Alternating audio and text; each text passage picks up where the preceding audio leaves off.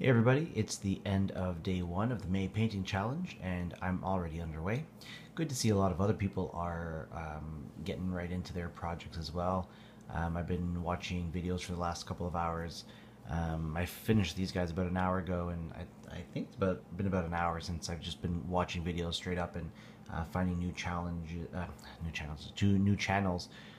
linking through other people's channels and videos. It's 1:30 in the morning, so I am going to be going to bed after this.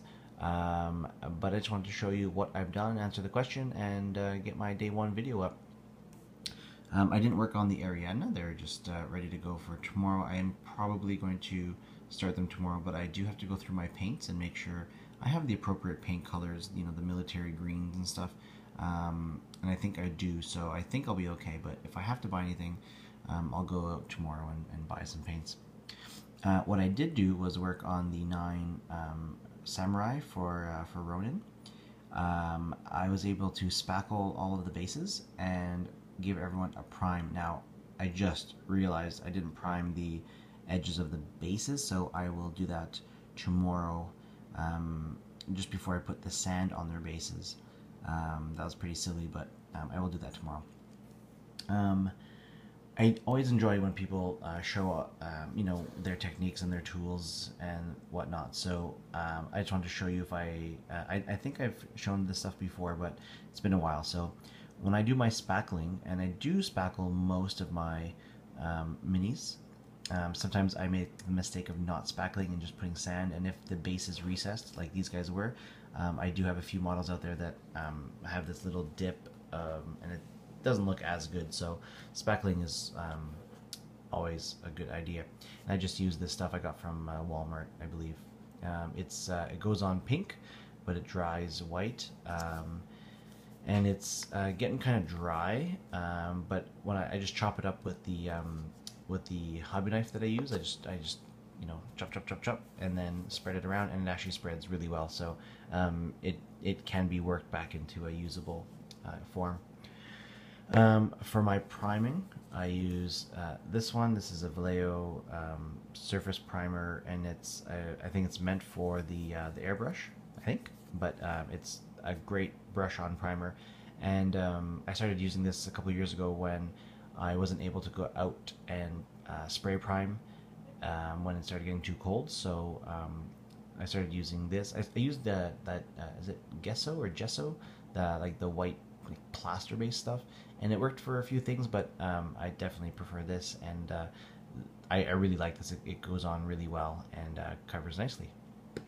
And when I do the sand, I have this little Tupperware container that I put my sand in. I know it's very shiny, but once you paint over it, it's fine. Or if you don't paint over it, sometimes some of my models, they actually don't paint over it. I like that shiny look. My In Her Majesty's Name guys all have the shiny ground. It's I mean, I want it to look like some kind of coal works area or something, and it looks fine. Anyway, I got this bag for just a few bucks at Michael's, and look, like, I've used so little, and I've based so many models. I also have a beige version of it, and I use that as well. So this will last me forever. I don't think I'll ever need to get anything else. Anyway, the other thing I wanted to do was show you these guys. Now, these are the 2nd platoon for my early war British for Flames of War, and I can let's try to see if I can get it. Now, I just wanted to show you them because you can't really see it, but I had to paint 31 mustaches and beards. Sorry about that. 31 mustaches and beards, and yeah, that part took a little while. But last night I finished that platoon to the same level as the other guys. So again, they just need their bases edged properly. A couple of highlights and fixes here and there, but not too much. Some tufts, and and a light dry brush on the groundwork. I think I'll try it, and if I can get a good result with little effort, because I'm lazy and I'd rather move on to other projects, I will. If not, I'll just get the tufts, add those, and they'll be done. Just like the other guys, they turned out a bit dirtier than I had originally intended, but I was getting a bit lazy and rushing it, and they look fine. Like and tabletop they look quite fine from far away, and up close, some of them look just fine. But when the wash pooled in certain areas, it not so great, but that's okay. It's a small project, and I'm about halfway done, so I'm cool with that. Anyway, question for the day is what was your first army, and blah blah blah about it. So this was my first army that I got into when I got into painting. Well, not painting actually, as you can tell, I didn't really get into painting when I got into the army. These are the privateers from War Machine by Privateer Press, and I picked this up in 2005 or 2006. I'm not exactly sure, but it was back then. The game was a few years old already, but I got into it with Andrew, who's still my regular gaming buddy, which is cool that it's been that many years. We got into this, and I picked up Pirates, and I picked up the Rulix, and it was already a bad start to a new hobby, getting a bunch of armies, and you can actually see the Rulix are in there as well, and you can see the state of many of these models. There's arms missing, and this dude's off his base, and it's horrible. They were fine for quite a while, but once we stopped playing, I got into Malifaux, and then when the current edition of Warhammer came out, I got into that, and we just totally put these guys to the side. And Andrews are all nice and neat, in foam, not containers, foam trays. Mine not so much. They ended up in this bucket, and they're all like just crappy, like falling apart and stuff. The gray primed guys are actually really badly primed. The primer is all like chunky, and it's really a rough texture. So I was thinking, I was trying to get rid of these guys, but I was thinking, what, this was my first army.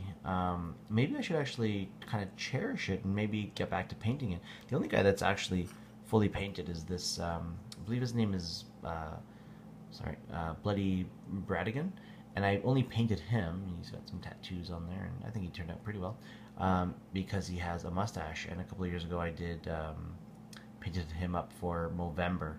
So come on. Yeah, I really like the way he turned out. I love the way his pants turned out. His skin looks great. The tattoos came out just awesome. I'm really happy with him. His mustache, of course, is the most important part. Came out really great. So he's the only one that's painted, and he's actually not even part of the is it Captain Phineas? I forget what his last name is. His crew, but Movember mustache had to paint him. You can see a few other guys were started, and some pretty bad paint jobs, so a lot of stripping needs to be done. But the big guys are pretty much ready to go. I'm missing, I know where it is, but I'm missing the smokestack for that guy. This one I started a couple of years ago, and I used the Privateer Press ink on him, like aqua ink or something. So he's actually, I could work on him. He doesn't need to be stripped, but all these pirates, they can be stripped for sure, because actually this guy's not so bad. It's just skin and the bandana. I can actually continue with him. This guy's skin, I really like the way his skin had come out. So he's probably a keeper as well. Yeah, I like the way he turned out. But like, this is gross. This was like early on in my painting career, and as you can see, there's a lot of stuff I hadn't painted back then, and I wasn't really painting. It wasn't until Malifaux that I really got into painting, and so I've painted a lot since then. But back in 2006 or whatever this was, I was not a painter. I was just a gamer. So the painting wasn't important and Andrew didn't mind, so well, there we go. Now I don't do that as much. I only play with unpainted when I need to, but I definitely prefer not to, and I do enjoy painting now, so a little different from back then. So again, what I might do is fix up the models that need to be fixed up, strip what has to be stripped, and maybe start painting this again. Kyle, who's my other regular opponent these days, he's getting into Retribution, so I could play my Cador, but I think these guys would be a cool group to get back on the table. Anyway, that's that. Oh, a tertiary objective. Who am I looking forward to following? I'm going to do the cop-out thing, which I like to do, but it is true.